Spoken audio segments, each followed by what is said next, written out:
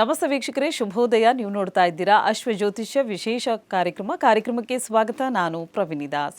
ವೀಕ್ಷಕರೇ, ಇವತ್ತಿನ ಸಂಚಿಕೆಯಲ್ಲಿ ಇವತ್ತಿನ ಪಂಚಾಂಗ ಮತ್ತು ಗ್ರಹಗತಿ ಯಾವ ರೀತಿಯಾಗಿದೆ, ಇನ್ನು ದ್ವಾದಶ ರಾಶಿಗಳ ಅಂದರೆ 12 ರಾಶಿಗಳ ಫಲಾನುಫಲ ಯಾವ ರೀತಿಯಾಗಿದೆ, ಯಾವ ರಾಶಿಗೆ ಶುಭ, ಯಾರಿಗೆ ಅಶುಭ, ದ್ವಾದಶ ರಾಶಿಗಳ ಕಂಪ್ಲೀಟ್ ಮಾಹಿತಿಯೊಂದಿಗೆ ಇವತ್ತಿನ ಸಂಚಿಕೆಯಲ್ಲಿ ಒಂದಷ್ಟು ಮಾಹಿತಿಯನ್ನು ಗುರುಜಿಯವರು ನಮಗೆ ನೀಡ್ತಾರೆ. ಇದರೊಟ್ಟಿಗೆ ಇವತ್ತಿನ ದಿನ ವಿಶೇಷತೆಯಲ್ಲಿ ಪ್ರೇತ ಬಾಧೆ ಅಂದರೆ ಏನು, ಈ ಪ್ರೇತ ಬಾಧೆಯ ಲಕ್ಷಣಗಳು ಯಾವ ರೀತಿಯಾಗಿರುತ್ತೆ, ಈ ದೋಷಗಳಿಗೆ ಪರಿಹಾರಗಳನ್ನು ಹೇಗೆ ನೀವು ಅನುಸರಿಸಬೇಕಾಗತ್ತೆ, ಇದರ ಕುರಿತಾಗಿ ಒಂದಷ್ಟು ಮಾಹಿತಿಯನ್ನು ನೀಡಲಿಕ್ಕೆ ನಮ್ಮೊಟ್ಟಿಗೆ ಇದ್ದಾರೆ ಆಧ್ಯಾತ್ಮಿಕ ಚಿಂತಕರು, ಖ್ಯಾತ ಜ್ಯೋತಿಷಿಗಳು ಆಗಿರುವಂತಹ ಶ್ರೀ ಆಚಾರ್ಯ ಗುರೂಜಿಯವರು. ಮೊದಲನೇದಾಗಿ ಗುರೂಜಿಯವ್ರನ್ನ ಕಾರ್ಯಕ್ರಮಕ್ಕೆ ಬರಮಾಡ್ಕೊಳ್ಳೋಣ. ಗುರುಜಿ ನಮಸ್ತೆ, ಕಾರ್ಯಕ್ರಮಕ್ಕೆ ಸ್ವಾಗತ. ನಮಸ್ತೆ. ಗುರು ಬ್ರಹ್ಮ ಗುರು ವಿಷ್ಣು ಗುರುದೇವೋ ಮಹೇಶ್ವರ, ಗುರು ಸಾಕ್ಷಾತ್ ಪರಬ್ರಹ್ಮ, ತಸ್ಮೈ ಶ್ರೀ ಗುರವೇ ನಮಃ. ಆಪದಾಮಪಹರ್ತಾರಂ ಧಾತಾರಂ ಸರ್ವಸಂಪದಾಂ, ಲೋಕಾಭಿರಾಮಂ ಶ್ರೀರಾಮಂ ಭೂಯೋರ್ಭೂಯೋ ನಮಾಮ್ಯಹಂ. ಮನೋಜವನ್ ಮಾರುತತುಲ್ಯವೇಗಂ ಜಿತೇಂದ್ರಿಯಂ ಬುದ್ಧಿಮತಾಂ ವರಿಷ್ಠಂ, ವಾತಾತ್ಮಜನ್ ವಾನರಯೂಥ ಮುಖ್ಯಂ, ಶ್ರೀರಾಮಧೂತಂ ಶಿರಸಾ ನಮಾಮಿ. ಜೈ ಶ್ರೀಮನ್ನಾರಾಯಣ. ಇನ್ನು ವೀಕ್ಷಕರೇ, ಇವತ್ತಿನ ಕಾರ್ಯಕ್ರಮದ ಮುಖಾಂತರವಾಗಿ ಒಂದಷ್ಟು ಮಾಹಿತಿಯನ್ನು ಗುರುಗಳ ಕಡೆಯಿಂದ ನೀಡ್ತೀವಿ. ಅದಕ್ಕಿಂತ ಮುಂಚಿತವಾಗಿ ಗುರೂಜಿಯವ್ರನ್ನ ನೀವು ನೇರವಾಗಿ ಬಂದು ಭೇಟಿಯಾಗಬೇಕು, ನಿಮ್ಮಲ್ಲಿರುವಂತಹ ಸಮಸ್ಯೆಗಳಿಗೆ ಪರಿಹಾರವನ್ನು ಕಂಡುಕೊಳ್ಬೇಕು, ಜಾತಕವನ್ನು ಬರೆಸಬೇಕು ಅಥವಾ ಜಾತಕದ ವಿಶ್ಲೇಷಣೆಯನ್ನು ಮಾಡಿಸ್ಬೇಕು ಅಂದರೆ ಗುರೂಜಿಯವ್ರನ್ನ ನೇರವಾಗಿ ಬಂದು ಭೇಟಿಯಾಗಲಿಕ್ಕೆ ಅವಕಾಶವಿದೆ. ಗುರೂಜಿಯವರು ಇದೇ ಬೆಂಗಳೂರಿನ ಅಂಚೆಪಾಳ್ಯದಲ್ಲಿ ಸಿಗ್ತಾರೆ. ಸೊ ಹೆಚ್ಚಿನ ಮಾಹಿತಿಗಾಗಿ ನಿಮ್ಮ ಟಿವಿ ಸ್ಕ್ರೀನ್ ಮೇಲೆ ಕಾಣ್ತಾ ಇರುವಂಥ ನಂಬರ್ಗೆ ಕರೆ ಮಾಡಬೇಕಾಗತ್ತೆ ಅಂತ ಹೇಳ್ತಾ, ಇನ್ನು ಇವತ್ತಿನ ಪಂಚಾಂಗ ಮತ್ತು ಗ್ರಹಗತಿಗಳು ಯಾವ ರೀತಿಯಾಗಿದೆ ಇದ್ರ ಬಗ್ಗೆ ತಿಳ್ಕೊಳ್ಳೋಣ. ಗುರುಜಿ, ಇವತ್ತಿನ ಪಂಚಾಂಗದ ಬಗ್ಗೆ ತಿಳಿಸ್ಕೊಡಿ. ನೋಡಿ, ಎಂದಿನಂತೆ ಪಂಚಾಂಗವನ್ನು ತಿಳಿದು ಮುನ್ನಡೆಯುವುದು ಅಂತ. ಸ್ಥಿತಿರ್ವಿಷ್ಣು ಸ್ತದಾವಾರೋ ನಕ್ಷತ್ರಂ ವಿಷ್ಣುರೇವಚ, ಯೋಗಶ್ಚ ಕರ್ಣಂಚೈವ ಸರ್ವಂ ವಿಷ್ಣುಮಯಂ ಜಗತ್ತು. ನೋಡಿ, ಎಲ್ಲವೂ ಕೂಡ ವಿಷ್ಣುಮಯ ಅಂತ. ಪಂಚಾಂಗವನ್ನು ತಿಳಿದು ನಡೆದಾಗ ನಮಗೆ ಇವತ್ತಿನ ತಿಥಿ, ವಾರ, ನಕ್ಷತ್ರ, ಯೋಗ, ಕರ್ಣಗಳು ಯಾವ ರೀತಿ ಇದೆ, ಯಾವುದೆಲ್ಲ ಶುಭವಿದೆ, ಇವತ್ತೆಲ್ಲವನ್ನು ಕೂಡ ತಿಳಿದು ಮಾಡುವ ಶುಭ ಕಾರ್ಯಗಳಲ್ಲಿ ನಾವು ನಡೆದಾಗ ನಮಗೆ ಅನುಕೂಲಗಳಾಗುವಂಥದ್ದು. ಹಾಗಾಗಿ ಇವತ್ತಿನ ತಿಥಿ, ವಾರ, ನಕ್ಷತ್ರ ಎಲ್ಲವನ್ನು ಕೂಡ ನೋಡೋಣ. ನೋಡಿ, ವಿಶೇಷವಾಗಿ ಕ್ರೋಧಿನಾಮ ಸಂವತ್ಸರ, ದಕ್ಷಿಣಾಗಿನ ವರುಷ ಋತು, ಭಾದ್ರಪದ ಮಾಸ, ಶುಕ್ಲ ಪಕ್ಷ. ನೋಡಿ, ಭಾದ್ರಪದ ಮಾಸದ ಶುಕ್ಲ ಪಕ್ಷದಲ್ಲಿದ್ದೀವಿ.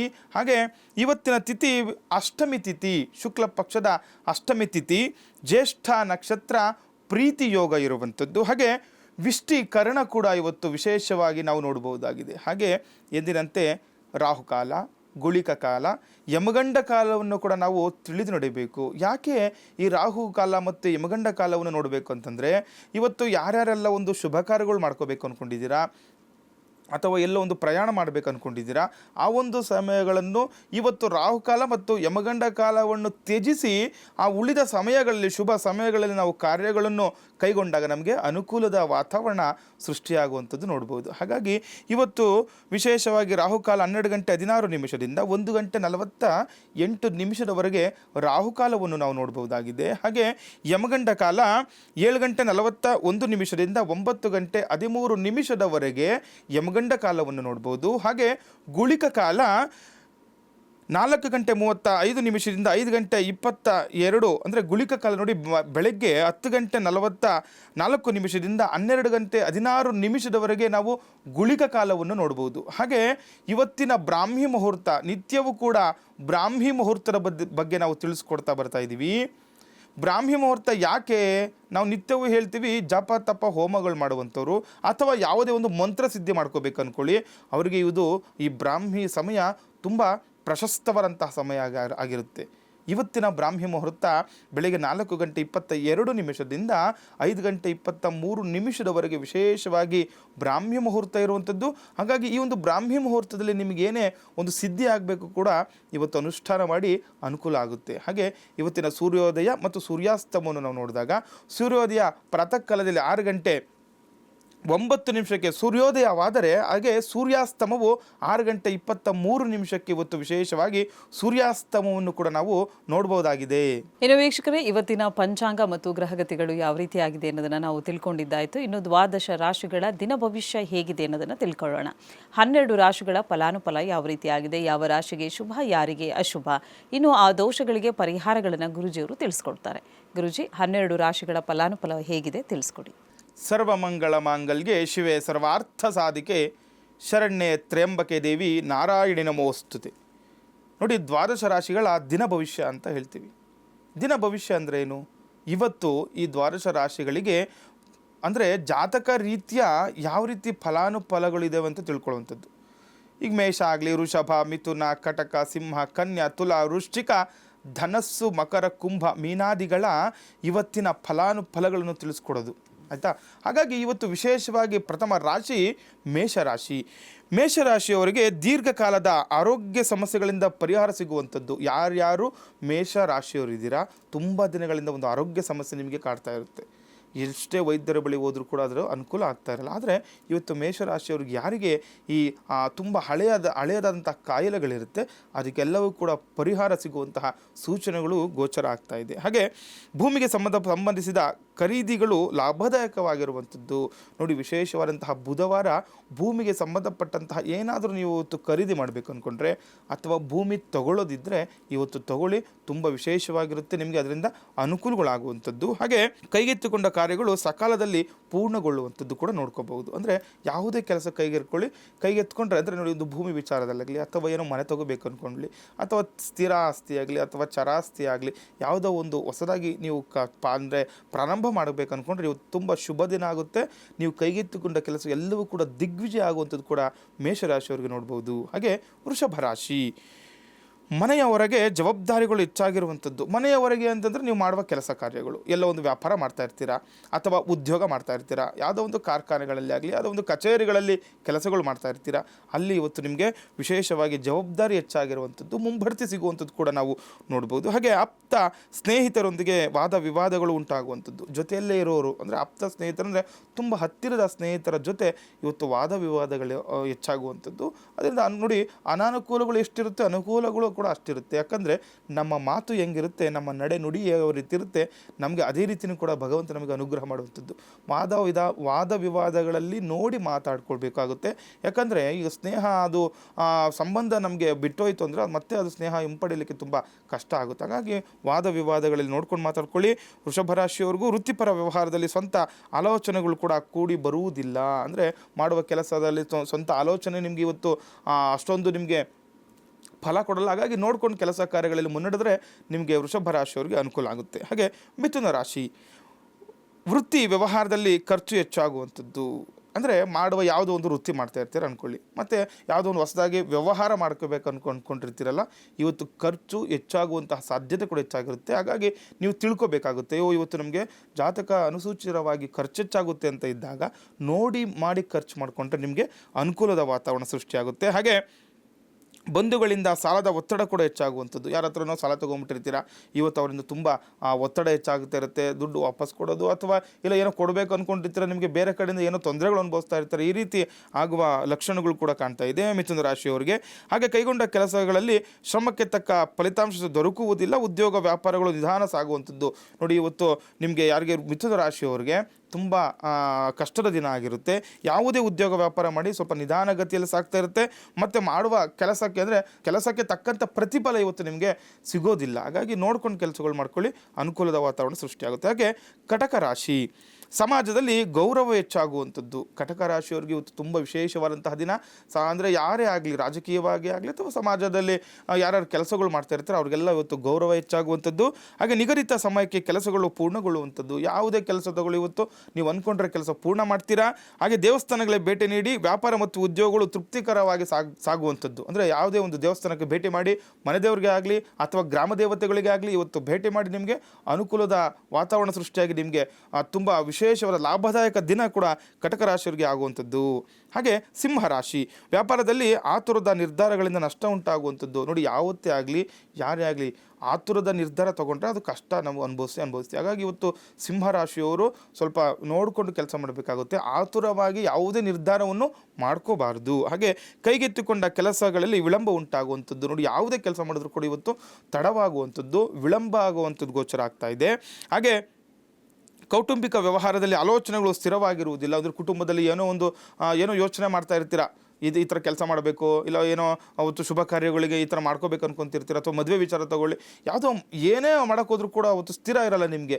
ಆ ಕಡೆ ಮಾಡೋದು ಇಲ್ಲ ಈ ಕಡೆ ಮಾಡೋದು, ಏನೋ ಈ ಥರ ಸ್ಥಿರವಿಲ್ಲದ ಯೋಚನೆಗಳು ಇವತ್ತು ನಿಮಗೆ ಸಿಂಹರಾಶಿಯವರಿಗೆ ಕಾಡುವಂಥದ್ದು ನೋಡ್ಬೋದು. ಹಾಗೆ ಕನ್ಯಾ ರಾಶಿ, ಪ್ರಮುಖ ವ್ಯಕ್ತಿಗಳ ಪರಿಚಯ ವಿಸ್ತಾರವಾಗುತ್ತದೆ. ದೀರ್ಘಕಾಲದ ಸಮಸ್ಯೆಗಳು ನಿವಾರಣೆ ಆಗುವಂಥದ್ದು. ನೋಡಿ, ಇವತ್ತು ವಿಶೇಷವಾದಂತಹ ದಿನ ಆಗಿರುತ್ತೆ ನಿಮಗೆ ಕನ್ಯಾ ರಾಶಿಯವರಿಗೆ. ವಿಶೇಷವಾದಂತಹ ಒಂದು ಪ್ರಮುಖ ವ್ಯಕ್ತಿಗಳ ನಿಮಗೆ ಅವರಿಂದ ಅನುಕೂಲ ಆಗಿ ತುಂಬ ದಿನದಿಂದ ಕಾಡುವ ಸಮಸ್ಯೆಗಳು ಇವತ್ತು ನಿವಾರಣೆ ಆಗುವಂಥದ್ದು. ಯಾವುದೇ ಸಮಸ್ಯೆ ತಗೊಳ್ಳಿ, ಯಾವುದೋ ಒಂದು ಸಾಲ ಬಾಧೆಯಿಂದ ಇರ್ತೀರಾ, ಅಥವಾ ರೋಗ ಬಾಧೆಯಿಂದ ಇರ್ತೀರಾ, ಯಾವುದೋ ಒಂದು ಹಣದಿಂದ ತೊಂದರೆ ಅನುಭವಿಸ್ತಾ ಇರ್ತೀರಾ, ಇವೆಲ್ಲವಕ್ಕೂ ಕೂಡ ನಿಮಗೆ ನಿವಾರಣೆ ಆಗುವಂತಹ ಸಾಧ್ಯತೆ ಇದೆ. ಹಾಗೆ ವ್ಯಾಪಾರ ಮತ್ತು ಉದ್ಯೋಗಗಳಲ್ಲಿ ಹೆಚ್ಚು ಅಭಿವೃದ್ಧಿ ಹೊಂದುವಂಥದ್ದು. ಯಾವುದೇ ವ್ಯಾಪಾರ ಮಾಡಿ ಅಥವಾ ಉದ್ಯೋಗ ಮಾಡ್ತಾ ಇರಿ, ಅದರಲ್ಲಿ ನಿಮಗೆ ಅಭಿವೃದ್ಧಿಯ ಲಕ್ಷಣಗಳು ಕೂಡ ಕನ್ಯಾ ರಾಶಿಯವರಿಗೆ ಕಾಣ್ತಾ ಇದೆ. ಹಾಗೆ ತುಲಾ ರಾಶಿ, ಕುಟುಂಬದಲ್ಲಿ ಸಣ್ಣ ಪುಟ್ಟ ಸಮಸ್ಯೆಗಳಿರುತ್ತದೆ. ವ್ಯಾಪಾರಗಳು ಸ್ವಲ್ಪ ಮಂದಗತಿಯಲ್ಲಿ ಸಾಗುವಂಥದ್ದು. ನೋಡಿ, ಕುಟುಂಬದಲ್ಲಿ ಯಾರಿಗಿಲ್ಲ ಸಮಸ್ಯೆ ಹೇಳಿ, ಇವತ್ತು ನಿಮಗೆ ಯಥೇಚ್ಛವಾಗಿ ಸಮಸ್ಯೆ ಕಾಡುವಂಥದ್ದು ಯಾರಿಗೆ? ತುಲಾ ರಾಶಿಯವರಿಗೆ. ಮತ್ತು ಮಾಡುವ ವ್ಯಾಪಾರಗಳಲ್ಲಿ ಸ್ವಲ್ಪ ನಿಧಾನಗತಿಯಿಂದ ಮಂದಗತಿಯಿಂದ ಕೆಲಸ ಕಾರ್ಯಗಳು ಸಾಗುವುದು ಕೂಡ ನೋಡ್ಬೋದು. ಹಾಗೆ ಸಂಬಂಧಿಕರ ಒತ್ತಡ ಹೆಚ್ಚಾಗುವಂಥದ್ದು. ವ್ಯಾಪಾರ ವ್ಯವಹಾರಗಳಲ್ಲಿ ಆಲೋಚನೆಗಳು ಕೂಡ ಸ್ಥಿರವಾಗಿರುವುದಿಲ್ಲ. ನಿಮಗೂ ಕೂಡ ನೋಡಿ, ಸಂಬಂಧಿಕರಿಂದ ಸ್ವಲ್ಪ ಒತ್ತಡ ಹೆಚ್ಚಾಗುತ್ತೆ. ಮತ್ತು ನೀವು ಮಾಡುವ ಕೆಲಸ ಕಾರ್ಯದಲ್ಲಿ ಇವತ್ತು ಮನಸ್ಸಿಗೆ ನೆಮ್ಮದಿ ಕೂಡ ಇರುವುದಿಲ್ಲ. ಆ ಮಾಡುವ ಕೆಲಸವೂ ಕೂಡ ಸ್ಥಿರವಾಗಿರಲ್ಲ. ಒಂದತ್ರ ಕೆಲಸ ಮಾಡಲ್ಲ ಇವತ್ತು ನೀವು. ಆ ಕಡೆ ಮಾಡಬೇಕು, ಈ ಕಡೆ ಮಾಡಬೇಕು, ಈ ರೀತಿ ಗೊಂದಲದ ವಾತಾವರಣ ನಿಮಗೆ ತುಲಾ ರಾಶಿಯವರಿಗೆ ಉಂಟಾಗುವಂಥದ್ದು ಈ ದಿವಸ. ಹಾಗೆ ವೃಶ್ಚಿಕ ರಾಶಿ, ಕೆಲಸಗಳು ಸಕಾಲದಲ್ಲಿ ಪೂರ್ಣಗೊಳ್ಳುತ್ತದೆ. ಸಮಾಜದ ಪ್ರಮುಖ ವ್ಯಕ್ತಿಗಳ ಪರಿಚಯ ಹೆಚ್ಚಾಗುವಂಥದ್ದು. ನೋಡಿ, ಮಾಡುವ ಕೆಲಸ ಕಾರ್ಯಗಳು ಸಕಾಲದಲ್ಲಿ ನಿಮಗೆ ಪೂರ್ಣಗೊಳ್ಳುವಂಥದ್ದು ಕೂಡ ನಾವು ಇವತ್ತು ನೋಡ್ಬೋದು. ಯಾವುದೇ ಕೆಲಸ ಮಾಡಿ ಇವತ್ತು ಪೂರ್ಣ ಆಗುತ್ತೆ. ಮತ್ತು ಸಮಾಜದ ಪ್ರಮುಖ ವ್ಯಕ್ತಿಗಳ ಪರಿಚಯ ಹೆಚ್ಚಾಗಿ ವ್ಯಾಪಾರಗಳು ಲಾಭದಾಯಕ ಆಗಿರುವಂಥದ್ದು. ನೋಡಿ, ಇವತ್ತು ಯಾವುದೋ ಒಂದು ಮನೆಯಲ್ಲಿ, ಊರಲ್ಲಿ ಆಗಲಿ, ಅಥವಾ ಯಾವುದೋ ಒಂದು ನೀವು ಹೊರಗಡೆ ಒಂದು ಕೆಲಸಗಳು ಮಾಡ್ತಿರ್ತಾರೆ, ಅಲ್ಲಿ ಒಂದು ವಿಶೇಷವಾದಂತಹ ಆ ವ್ಯಕ್ತಿಯ ಪರಿಚಯಗಳಾಗಿ ಅದರಿಂದ ನಿಮಗೆ ಅನುಕೂಲದ ವಾತಾವರಣ ಸೃಷ್ಟಿಯಾಗಿ ವ್ಯಾಪಾರದಲ್ಲಿ ಲಾಭ ಆಗುತ್ತೆ. ಉದ್ಯೋಗದಲ್ಲಿ ಹೊಸ ಜವಾಬ್ದಾರಿ ಕೂಡ ಹೆಚ್ಚಾಗುವಂಥದ್ದು. ಮಾಡುವ ಕೆಲಸ ಕಾರ್ಯದಲ್ಲಿ ಎಲ್ಲೇ ಉದ್ಯೋಗ ಮಾಡಿ, ಒಂದು ಖಾಸಗಿ ಕ್ಷೇತ್ರದಲ್ಲಿ ಮಾಡಿ ಅಥವಾ ಸರ್ಕಾರಿ ಕ್ಷೇತ್ರದಲ್ಲಿ ಕೆಲಸ ಮಾಡ್ತೀರಿ, ಇವತ್ತು ಜವಾಬ್ದಾರಿ ನಿಮಗೆ ಹೆಚ್ಚಾಗುವಂಥ ಲಕ್ಷಣಗಳು ಕೂಡ ಕಾಣ್ತಾ ಇದೆ ವೃಶ್ಚಿಕ ರಾಶಿಯವರಿಗೆ. ಹಾಗೆ ಧನಸ್ಸು ರಾಶಿ, ಆಧ್ಯಾತ್ಮಿಕ ವಿಷಯಗಳತ್ತ ಗಮನ ಹರಿಸುತ್ತೀರಿ. ಸಂಬಂಧಿಕರೊಂದಿಗೆ ಅನಿರೀಕ್ಷಿತವಾದ ವಾದ ವಿವಾದಗಳು ಉಂಟಾಗುವಂಥದ್ದು. ನೋಡಿ, ಇವತ್ತು ನಿಮಗೆ ವಿಶೇಷವಾದಂತಹ ದಿನ ಆಗಿರುತ್ತೆ. ನೋಡಿ, ಆಧ್ಯಾತ್ಮಿಕವಾಗಿ ಧಾರ್ಮಿಕವಾಗಿ ಅದರ ಕಡೆ ಗಮನ ಕೊಡ್ತೀರಾ.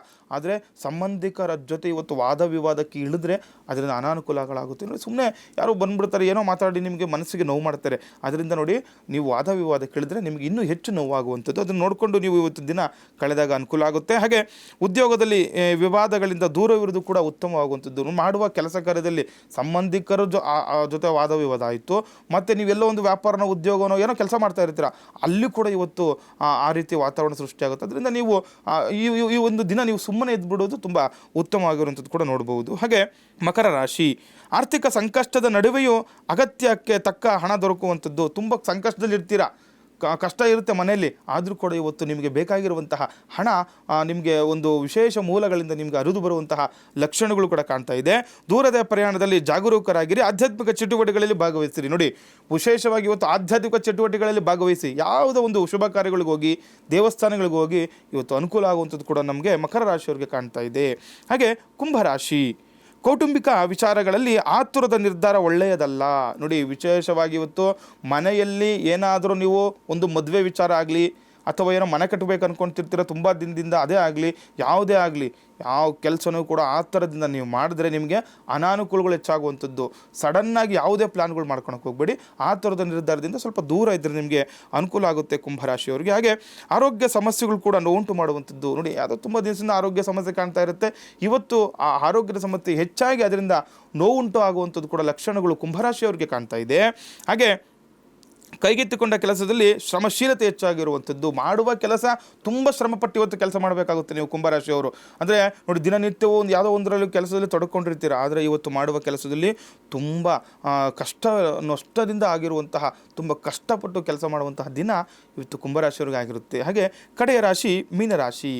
ಆಪ್ತ ಸ್ನೇಹಿತರಿಂದ ಶುಭ ಸುದ್ದಿ ದೊರಕುವಂಥದ್ದು. ತುಂಬ ಆತ್ಮೀಯರಿಂದ ಇವತ್ತು ಒಳ್ಳೆಯ ವಿಚಾರ ನಿಮಗೆ ಸಿಗುತ್ತೆ ಮೀನರಾಶಿಯವರಿಗೆ. ಯಾವುದೇ ವಿಚಾರ ತಗೊಳ್ಳಿ, ಮದುವೆ ವಿಚಾರದಲ್ಲೋ ಅಥವಾ ಮನೆ ವಿಚಾರದಲ್ಲೋ ಅಥವಾ ನಿಮ್ಮ ವ್ಯಾಪಾರ ಉದ್ಯೋಗ ಸ್ಥಳಗಳಿಂದನೋ ಶುಭ ಸುದ್ದಿ ಬರುವಂಥದ್ದು. ಹಾಗೆ ಕೆಲಸ ಸಕಾಲದಲ್ಲಿ ಪೂರ್ಣಗೊಳ್ಳುತ್ತದೆ. ವ್ಯಾಪಾರ ಉದ್ಯೋಗಗಳಿಗೆ ನಿಮ್ಮ ಪ್ರಯತ್ನಗಳಿಗೆ ತಕ್ಕ ಪ್ರತಿಫಲ ಸಿಗುವಂಥದ್ದು. ಅಂದರೆ ನೋಡಿ, ಕೆಲಸ ಸಕಾಲದಲ್ಲಿ ನೀವು ಮಾಡುವ ಕೆಲಸ ಯಾರಿಗೂ ಒಂದು ಟೈಮ್ ಕೊಟ್ಬಿಟ್ಟಿರ್ತಾರೆ, ಈ ಕೆಲಸದಲ್ಲಿ ಈ ಟೈಮಲ್ಲಿ ಮಾಡಿಬಿಡ್ತೀವಿ ಅಂತ, ಸಕಾಲಕ್ಕೆ ಕೆಲಸ ಮಾಡ್ತೀರಾ, ಮತ್ತು ಅದರಿಂದ ನಿಮಗೆ ತುಂಬ ವಿಶೇಷವಾದಂತಹ ದಿನ ಆಗಿರುತ್ತೆ.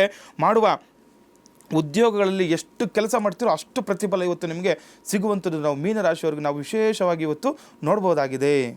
ಇನ್ನು ವೀಕ್ಷಕರೇ, ಇವತ್ತಿನ ಕಾರ್ಯಕ್ರಮದ ಮುಖಾಂತರವಾಗಿ 12 ರಾಶಿಗಳ ಅಂದರೆ 12 ರಾಶಿಗಳ ಫಲಾನುಫಲ ಯಾವ ರೀತಿಯಾಗಿತ್ತು, ಹಾಗೆ ಯಾವ ರಾಶಿಗೆ ಶುಭ ಯಾರಿಗೆ ಅಶುಭ ಕುರಿತಾಗಿ ಒಂದಷ್ಟು ಮಾಹಿತಿಯನ್ನು ಗುರೂಜಿಯವರು ನೀಡಿದ್ದಾರೆ. ಇನ್ನು ಗುರೂಜಿಯವ್ರನ್ನ ನೀವು ನೇರವಾಗಿ ಬಂದು ಭೇಟಿ ಆಗಬೇಕು ಅಂದರೆ ನೀವು ಮಾಡಬೇಕಾಗಿರೋದು ಇಷ್ಟೇ, ನಿಮ್ಮ ಟಿ.ವಿ ಸ್ಕ್ರೀನ್ ಮೇಲೆ ಕಾಣ್ತಾ ಇರುವಂಥ ನಂಬರ್ಗೆ ಕರೆ ಮಾಡಿ ಹೆಚ್ಚಿನ ಮಾಹಿತಿಯನ್ನು ಪಡ್ಕೊಳ್ಬೋದು. ಜಾತಕವನ್ನು ಬರೆಸಬೇಕು, ಜಾತಕದಲ್ಲಿ ಏನಾದರೂ ದೋಷಗಳಿದೆಯಾ, ಅದಕ್ಕೆ ಪರಿಹಾರವನ್ನು ಕಂಡುಕೊಳ್ಬೇಕಾ, ಜಾತಕದ ವಿಶ್ಲೇಷಣೆಯನ್ನು ಮಾಡಿಸ್ಕೊಳ್ಬೇಕು ಅಂದರೆ ಗುರೂಜಿಯವ್ರನ್ನ ನೇರವಾಗಿ ಬಂದು ಭೇಟಿ ಆಗಲಿಕ್ಕೆ ಅವಕಾಶವಿದೆ. ಗುರೂಜಿಯವರು ಇದೇ ಬೆಂಗಳೂರಿನ ಅಂಚೆಪಾಳ್ಯದಲ್ಲಿ ಸಿಗ್ತಾರೆ. ಇನ್ನು ಗುರೂಜಿಯವ್ರನ್ನ ಭೇಟಿ ಆಗೋಕ್ಕಿಂತ ಮುಂಚಿತವಾಗಿ ಒಂದು ಅಪಾಯಿಂಟ್ಮೆಂಟ್ನ ಫಿಕ್ಸ್ ಮಾಡಿಕೊಂಡು ತದನಂತರ ಗುರೂಜಿಯವ್ರನ್ನ ಭೇಟಿ ಆಗಲಿಕ್ಕೆ ಅವಕಾಶವಿದೆ ಅಂತ ಹೇಳ್ತಾ ಕಾರ್ಯಕ್ರಮ ಮುಂದುವರಿಯುತ್ತೆ ಪುಟ್ಟ ವಿರಾಮದ ಬಳಿಕ.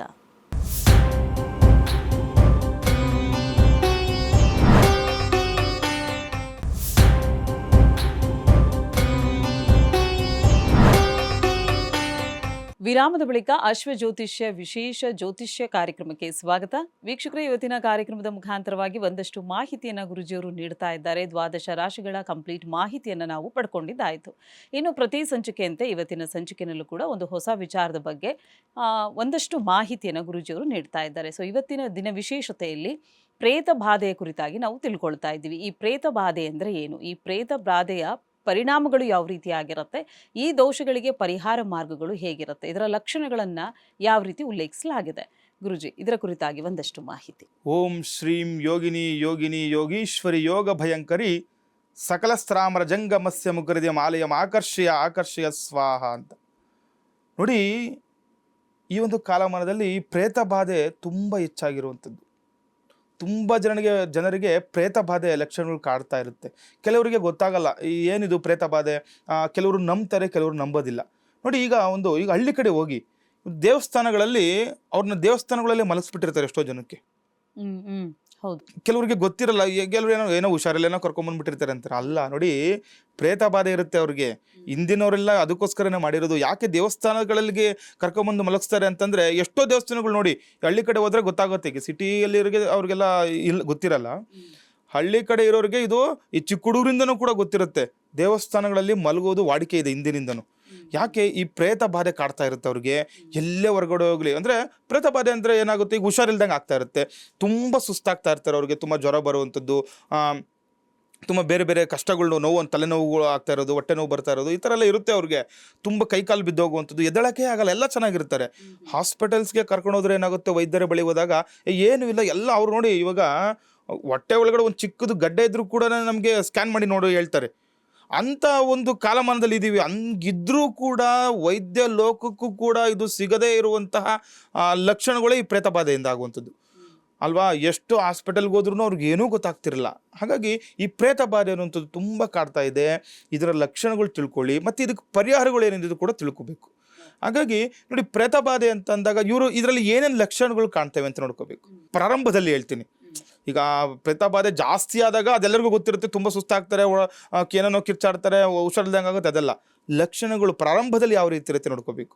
ಏನಾಗುತ್ತೆ ನೋಡಿ, ಪದೇ ಪದೇ ಸಂಜೆ ರಾತ್ರಿ ಟೈಮಲ್ಲಿ ಸ್ನಾನ ಮಾಡ್ತಾ ಇರ್ತಾರೆ, ಮತ್ತೆ ಪದೇ ಪದೇ ತಲೆ ಬಾಚ್ತಾ ಇರ್ತಾರೆ. ನೋಡಿ, ಪೂರ್ವಜರು ಹೇಳ್ತಾರೆ ತಲೆ ಬಾಚಬಾರ್ದು ರಾತ್ರಿ ಹೊತ್ತು ಅಂತ.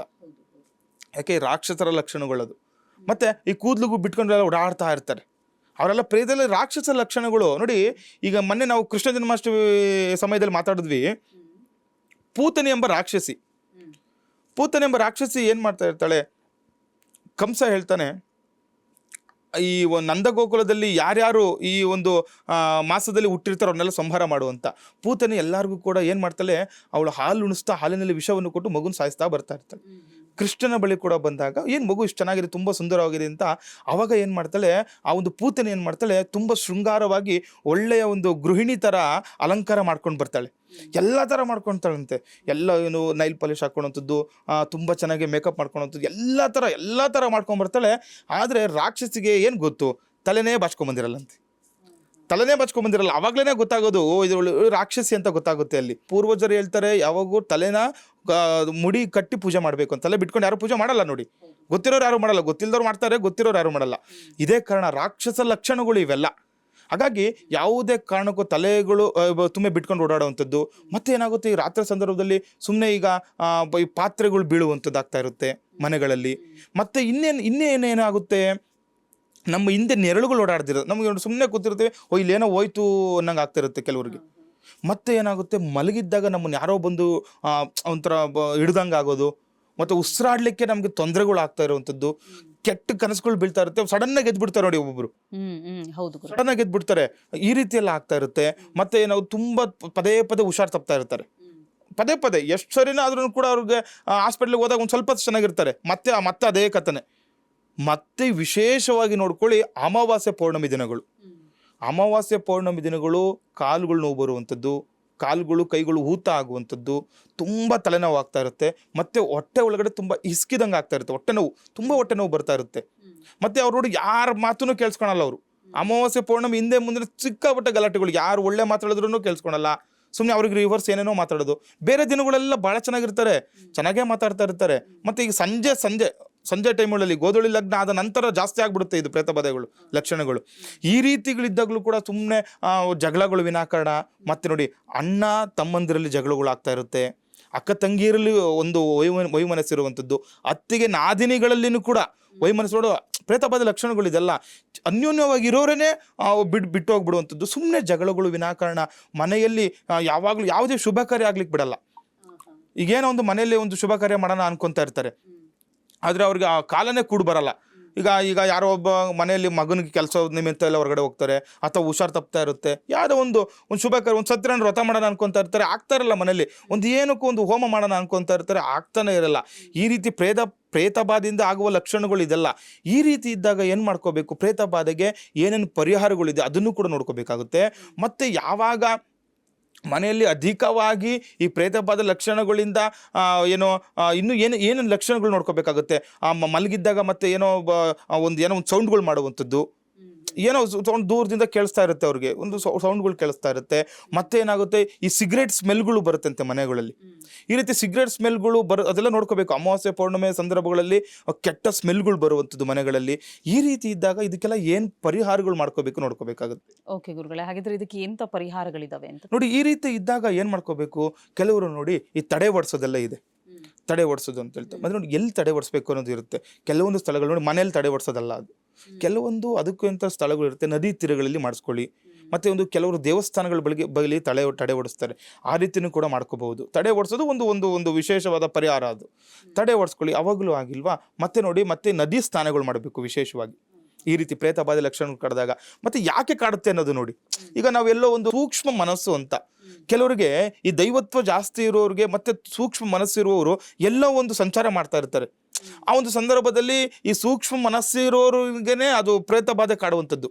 ಏನೋ ಒಂದು, ಈಗ ನೋಡಿ, ನಾವು ಸಡನ್ನಾಗಿ ಒಂದು ಬೆಚ್ಚಬಿದ್ದು ಬಿಡ್ತೀವಿ ಅಂತ ಹೇಳ್ತೀವಿ ನೋಡಿ, ಹೇಳ್ತಾ ಇರ್ತಾರೆ, ಯಾಕೆ ಹಿಂಗೆ ಬೆಚ್ಚಬಿದ್ದು ಅಂತ. ಆ ಒಂದು ಸಂದರ್ಭದಲ್ಲಿ ಯಾವುದೋ ಒಂದು ಆತ್ಮ, ಅದಕ್ಕೆ ಕೈಂಕರ ಸಂಸ್ಕಾರಗಳಾಗಿರಲ್ಲ ಅಂಥ ಆತ್ಮಗಳು ಏನಾದರೂ ಬಂದು ನಮ್ಮಲ್ಲಿ ಸೇರಿಕೊಂಡಾಗ ಇದರ ಪರಿಣಾಮಗಳು ತುಂಬ ಕೆಟ್ಟ ಪರಿಣಾಮಗಳು ಬೀಳ್ತಾ ಇರುತ್ತೆ.